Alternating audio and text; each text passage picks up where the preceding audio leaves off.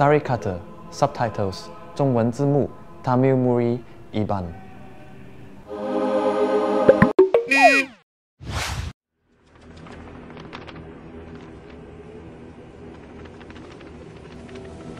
The black spot!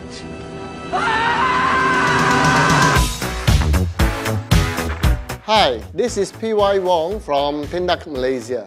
You have watched the Hidden Dot video at My Durian TV. So many dots. In real life, you will not find so many dots on a ballot paper. It is just to illustrate one point. Watch out for pre-marking on your ballot paper. The Kerani Pengundian KP3 will fold the ballot paper before issue to you. The folding is not specified in the regulations, yet they do it. Your left finger is still wet with the indelible ink, so you have to unfold the ballot paper very carefully in order not to smash it. You must unfold the ballot paper carefully in front of them to check, because a hidden dot like this means you have voted. Let me give you some examples. This is a valid vote. This is valid. They are valid because the markings appear on one row only. This is invalid. Those examples are from this book by the EC. We think this is misleading because it contradicts the second schedule of the conduct of elections, which gives very clear directions on how to vote. I will read out for you an extract from the second schedule of the conduct of elections. Directions for the guidance of voters to be exhibited outside every polling station. Sub-regulation 13, paragraph 2. The voter can vote once only and for only one candidate. The voter will go into the place reserved for the marking of ballot papers and mark a cross in the space provided for the purpose on the right-hand side of the ballot paper opposite the name of the candidate for whom he votes, plus X.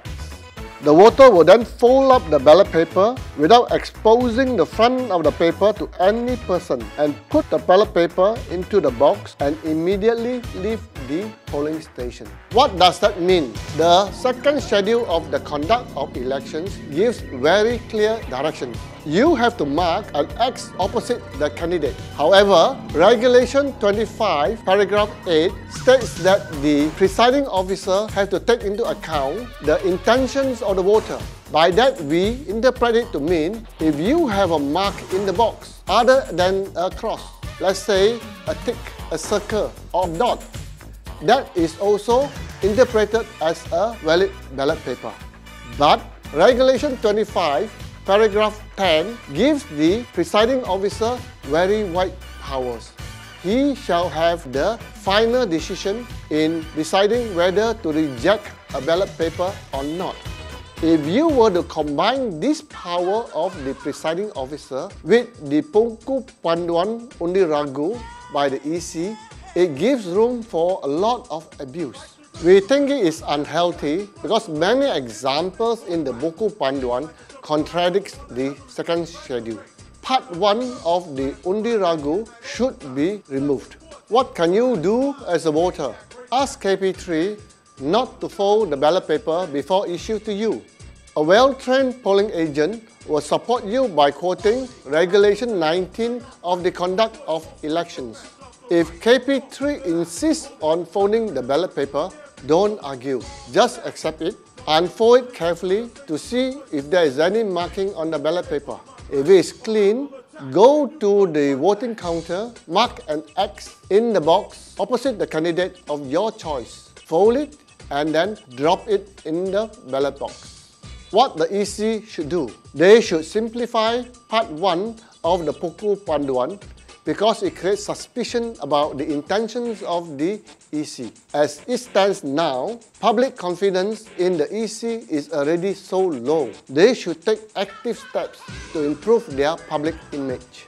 Remember, go out to vote early, help to protect the rights of voters, become a polling agent, counting agent, barong agent with Tindak Malaysia. You can be an accredited observer, pemerhati, or lastly, you can be a pemantau with Jom Pantau. Happy? Yeah. Yes? Yeah. Finally?